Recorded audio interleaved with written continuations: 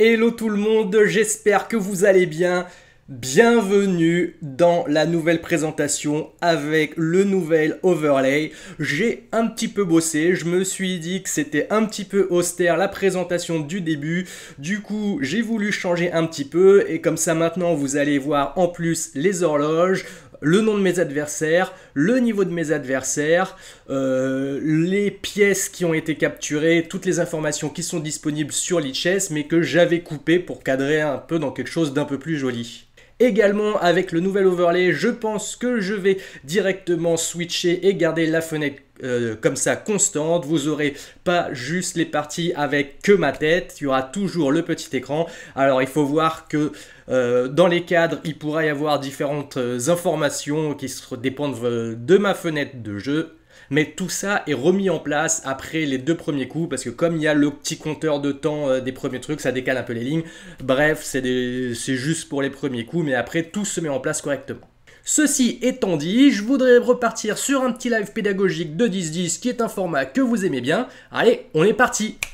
Sauf que là maintenant il n'y a plus de transition. Allez, on est parti, on va voir ce que ça donne. Ok, j'ai les noirs.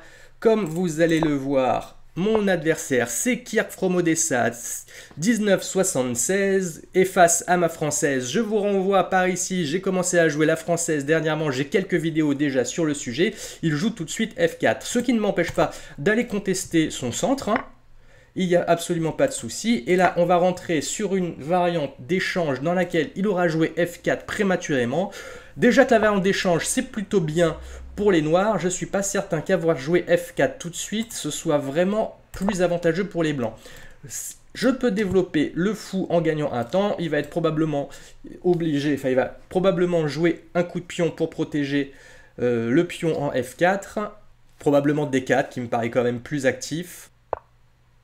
Il préfère jouer D3, D3 c'est un peu plus passif, ça bloque son fou de case blanche, du coup je vais pouvoir me développer avec cavalier F6, petit roc, et mon fou de case blanche va avoir un peu d'avenir.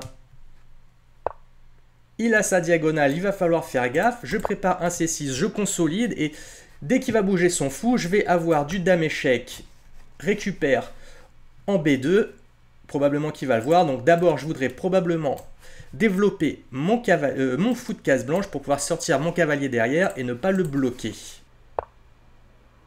Alors comme j'ai le fou de case blanche, que mes pions sont sur case blanche, je vais le jouer en G4 sans avoir peur de l'échanger.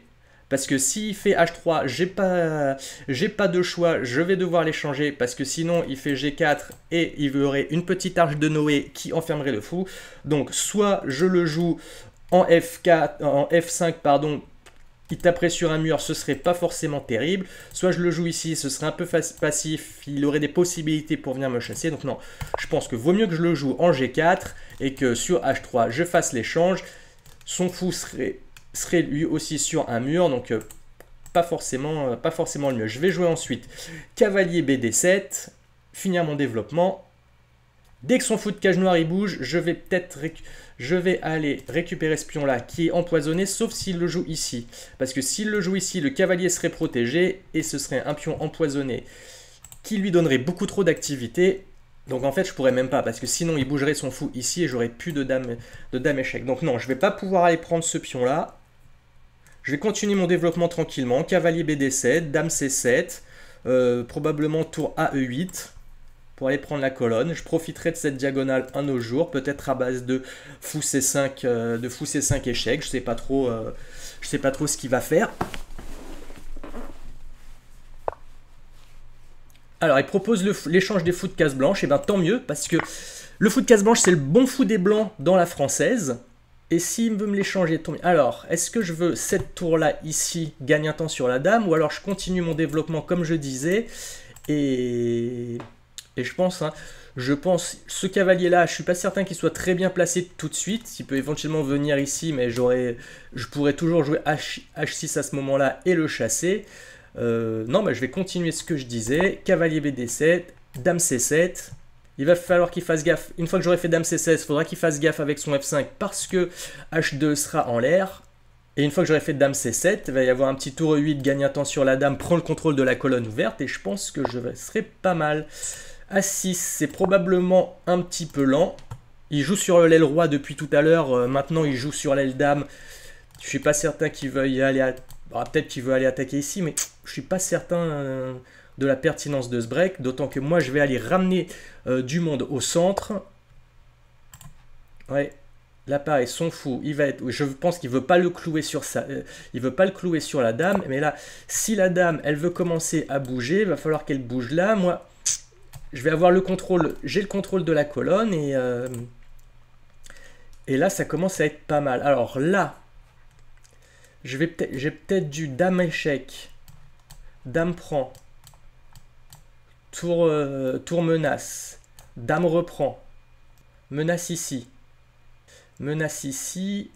et si menace ici, et par contre, comment je fais pour ne pas me faire coincer la dame? Je pense que je me fais coincer la dame en fait. Je pense que je me fais coincer la dame parce que une fois que la dame sera ici, le cavalier protège là et la tour sera là. Donc c'est peut-être un peu dangereux. Sinon je peux commencer tout bêtement à empiler les tours. Où est-ce que j'ai pas mieux là? Est-ce que j'ai pas mieux? Ah! J'ai cavalier ici. Après protège le fou. Cavalier ici. Double protège cette case-là.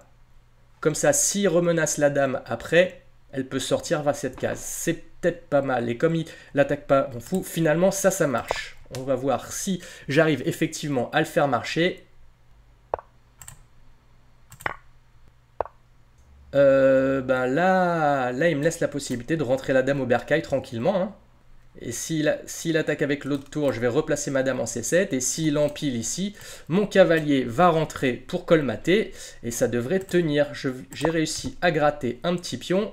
Plus ma tour qui est toujours bien placée. Mes pièces qui sont toujours bien placées. Ça, j'avais vu. Vas-y, tu peux empiler. Et s'il empile, va y avoir du fou prend ici. Ouais, ça, j'avais vu. Et sur pion avance, tour, tout bêtement, tour B8. Je vais aller protéger ici. Ce sera protégé 2 fois. Il a empilé que 2 fois. Ce sera probablement correct. Alors, ok.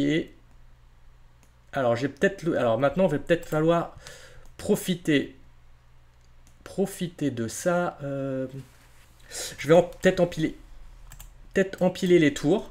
Comme ça, je vais pouvoir bouger ma dame, bouger mon cavalier sans craindre pour B8. Ouais, c'est bien ce que je disais. Là, maintenant, sur tour... Alors, faut que je fasse gaffe parce que...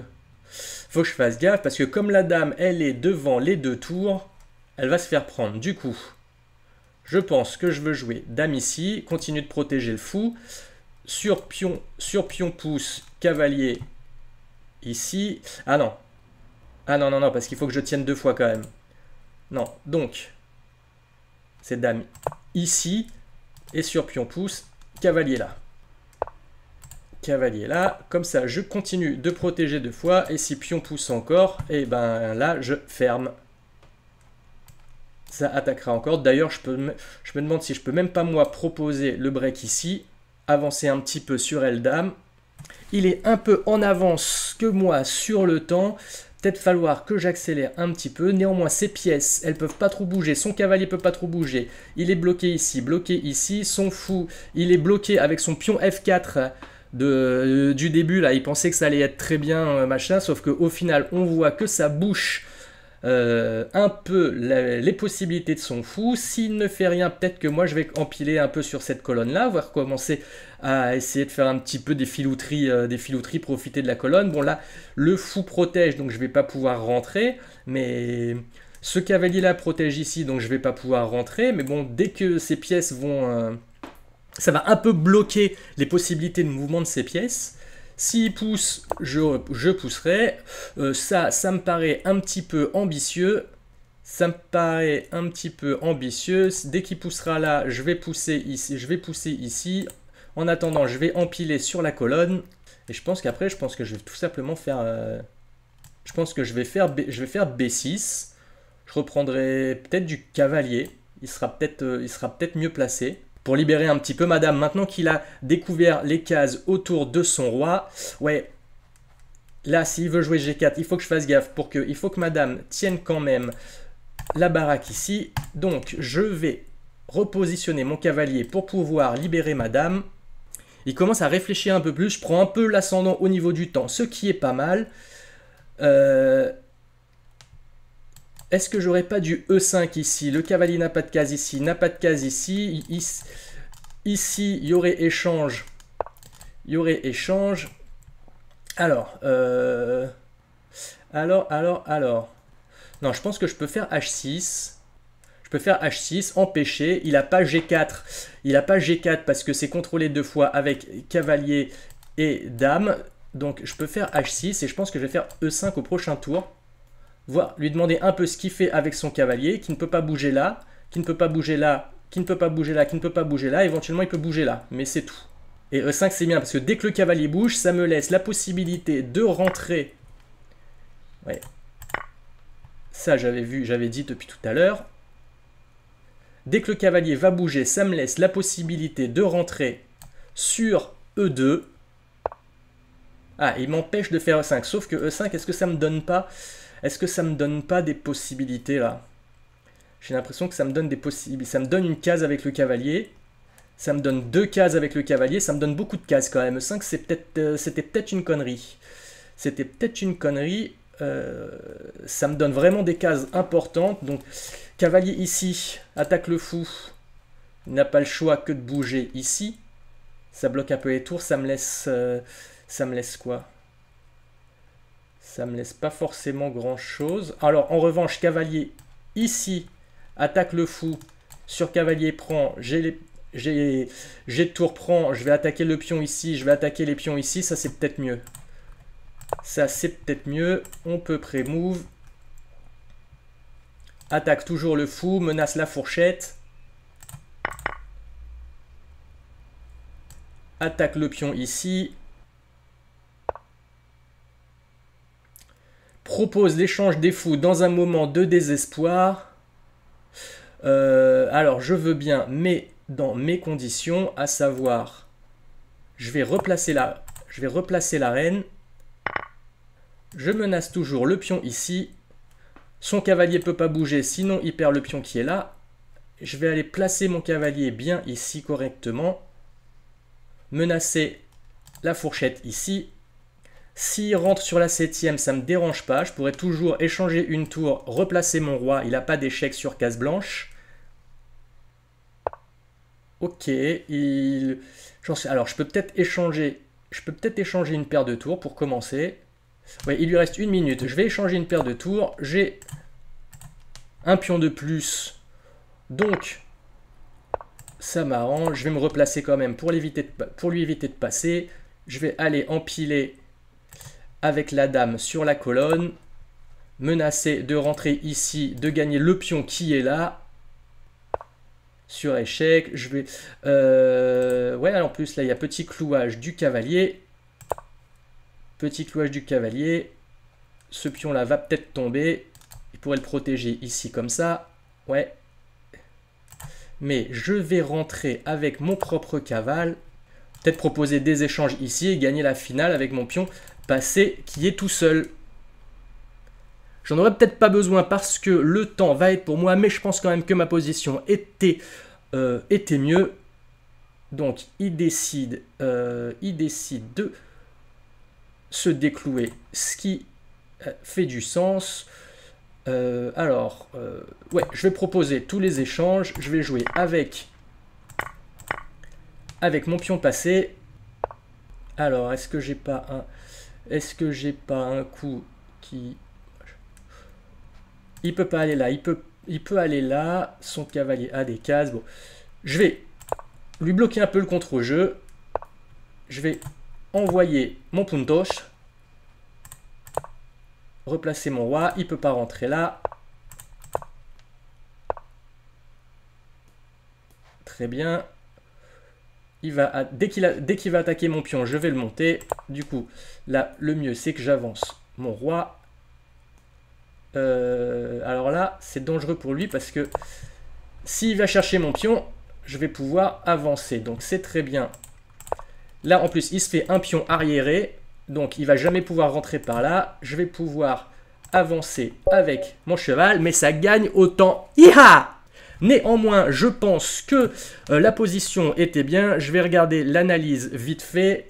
Alors, pour l'analyse, j'ai dû changer d'overlay là aussi. N'hésitez pas à me dire dans les commentaires si vous aimez bien. L'intérêt, c'est que du coup, je peux vous mettre la courbe. Je peux vous mettre aussi les infos des joueurs en termes d'imprécision, erreur, gaffe pour savoir si c'était une partie toute pourrie ou alors si c'était une partie parfaite. En l'occurrence, je fais une partie absolument pas parfaite avec 2 gaffes et une erreur. Mon adversaire fait 2 erreurs et 2 gaffes, a priori une erreur supplémentaire qui lui aurait coûté la victoire. Je suis assez curieux de savoir c'est quoi les 2 piques, même si on voit que quand même j'ai l'ascendant tout le long de la partie. On va voir ce que ça donne. Tout le début est quasiment théorique, hein. La française, il joue F4 en avance, mais ça m'empêche pas de faire F5. Tout cela, pour l'instant, on est bon, on est bon, on est bon, on est bon, on est bon. Là, je suis toujours bien, a priori, ouais. C'est ce petit pion-là qui était peut-être un peu ambitieux. Ça donne beaucoup de jeu au blanc avec tour ici. Sur tour ici, même avec dame là, il aurait eu quand même des sérieuses compensations avec, avec peut-être un petit enfilage de dame ici. Ouais, je suis obligé de donner la dame pour la tour, ça aurait pas été terrible. Les pions empoisonnés, toujours dangereux. Anyway, allons voir c'est quoi l'autre gros pic. L'autre gros pic, après on va y passer directement. C'était roi E7. Ah oui, parce que roi E7 ici, comme une andouille, je rends le pion sur échec. Après cavalier prend, est-ce que je pourrais attaquer le cavalier? Non, il remonterait. Il aurait quasiment égalisé en reprenant un pion. Toujours faire gaffe en finale. Bon, néanmoins, j'espère que cette petite partie vous a plu avec les petits changements que j'ai fait, en l'occurrence sur l'overlay de live et sur l'overlay d'analyse. De plus, maintenant, vous n'aurez pas la webcam qu'avec juste ma tête, il y aura toujours des petites infos quelque part.